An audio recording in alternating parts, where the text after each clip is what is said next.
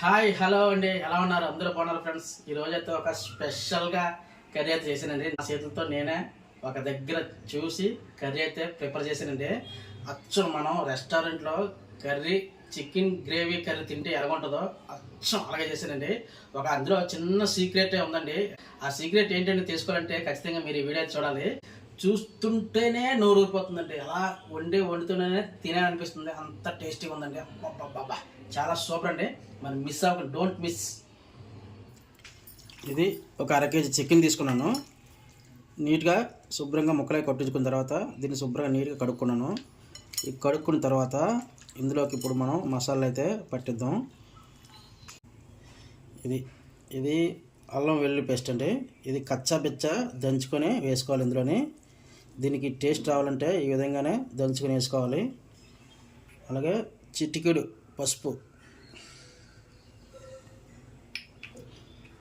ఒక స్పూన్ వరకు జీలకర్ర పొడి అండి,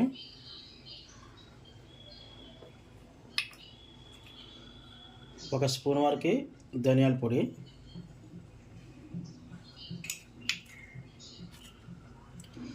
ఒక 2 స్పూన్ల వరకు కారం వేసుకుంటున్నాను.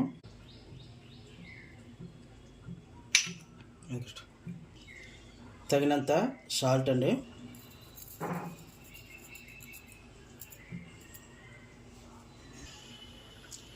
నిమ్మకాయ, ఈ నిమ్మకాయ వచ్చే వాటర్ని బట్టి ఒక చెక్క కానీ 2 చెక్కలు కానీ నిమ్మకాయ నీళ్ళని పిండుకోవాలి.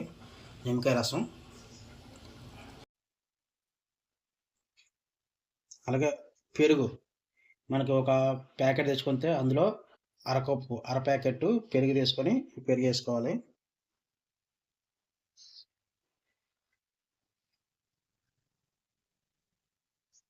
మొత్తం కలిపేసుకోవాలి.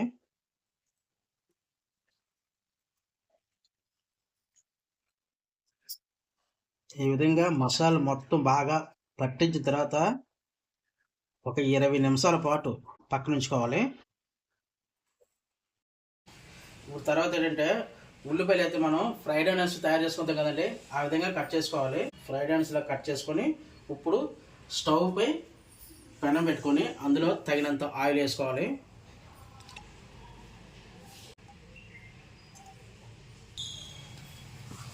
ఆయిల్ అయితే హీట్ ఎక్కింది కదండి, మరిగింది బాగాను. ఇప్పుడు ఈ కట్ చేసుకున్న ఉల్లిపాయలు ఇందులో వేసుకుంటున్నాను. ఇవి ఒక మంచి కలర్ రావాలి, గోల్డెన్ కలర్. పూర్తిగా మాడిపోకుండా లైట్గా గోల్డెన్ కలర్ వచ్చిన తర్వాత చూసుకోవాలి, జాగ్రత్త చూసుకోవాలి. ఇది మాడిపోయిందంటే మళ్ళీ మనకి ఈ పేస్ట్ అనేది మాడవలసిన వస్తుంది. కాబట్టి జాగ్రత్తగా లైట్గా ఫ్రై చేసుకోవాలి. మీడియం ఫ్లేమ్లో మనం ఫ్రై చేసుకోవాలి. ఈ విధంగా గోల్డెన్ కలర్ రావాలి. చూసారుగా, ఈ విధంగా గోల్డెన్ కలర్ వచ్చిన తర్వాత ఇట్లా తీసుకొని పూర్తిగా చల్లార్చుకోవాలి.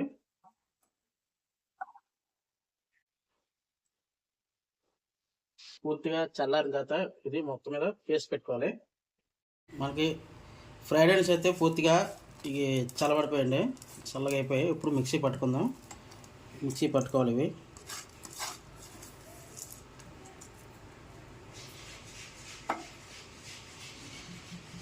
ఒక 6-7 వరకు జీడిపప్పు అండి, కొద్దిగా దోసపప్పు, కొద్దిగా వాటర్ వేసుకోవాలి.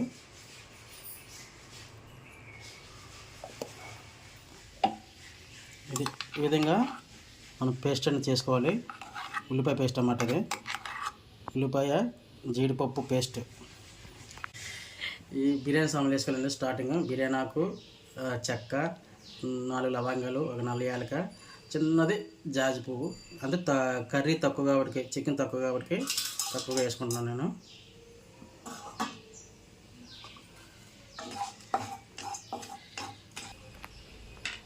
మన అరగంట సేపు నానబెట్టుకున్నాం కదా, ఒక 20 నిమిషాల పాటు చికెన్ బాగా మ్యారినేట్ చేసుకున్నాం కదా, అది ఇందులో వేసుకుంటున్నాను.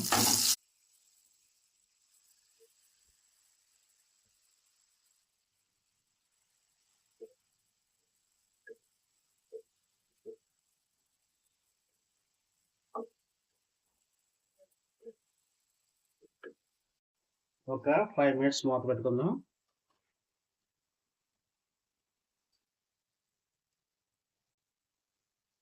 చూడండి, మనకి ఈ చికెన్లో ఉన్న వాటర్ మొత్తం తేలింది కదండి. అలాగే ఆయిల్ కూడా కొద్దిగా తేలింది. ఈ విధంగా ఒకసారి కలుపుకున్న తర్వాత మనం ఇందాక పేస్ట్ చేసుకున్నాం కదండి, ఈ పేస్ట్ మొత్తాన్ని ఇందులో వేసుకుంటున్నాను.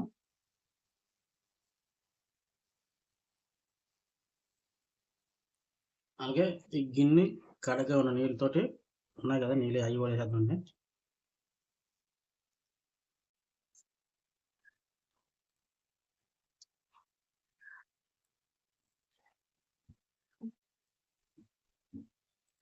ఈ విధంగా మొత్తం బాగా కలుపుకోవాలి, మొత్తం కలపాలి.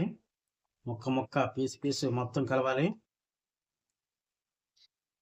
ఇప్పుడు ఈ విధంగా మొత్తం కలిపిన తర్వాత మళ్ళీ ఒక 2 నిమిషాలు మూత పెట్టుకొని బాగా కుక్ చేసుకోవాలి.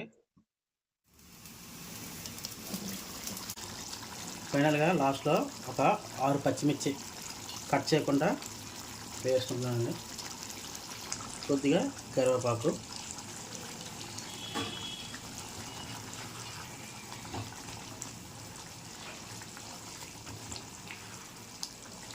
చూడండి వండేటప్పుడే చూస్తుంటేనే నోరు అవుతుందండి. ఎప్పుడు దిగుతుందా, ఎప్పుడు అన్నం పెట్టుకొని తిందామా అనే టైప్లో నోరు అయితే ఇలా అవుతుందండి. ఒక్క 2 నిమిషాలండి.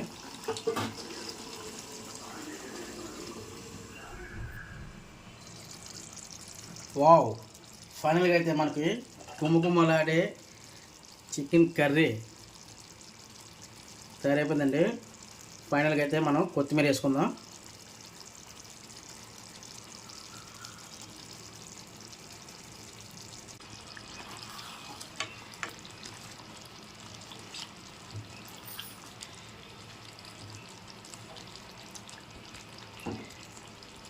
అది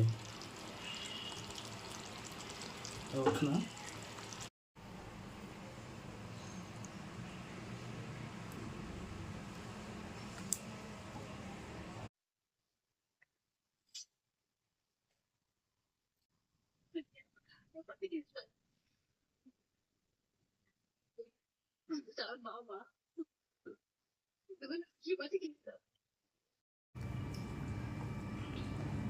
ఈరోజైతే ఒక రెస్టారెంట్కి మొన్న సండే ఈవినింగ్ ఒక రెస్టారెంట్కి ఫ్రెండ్స్తో పార్టీకి వెళ్తే అక్కడ స్పెషల్గా చేశారండి కర్రీ.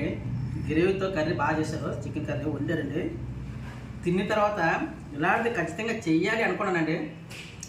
జస్ట్ అడిగితే ఇలా చెప్తే అదే విధంగా ఇంటికి వచ్చి ట్రై చేశానండి.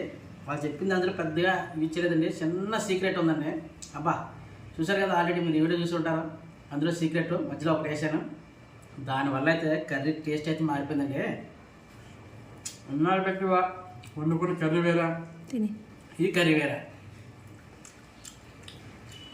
చాలా అద్భుతంగా వచ్చిందండి.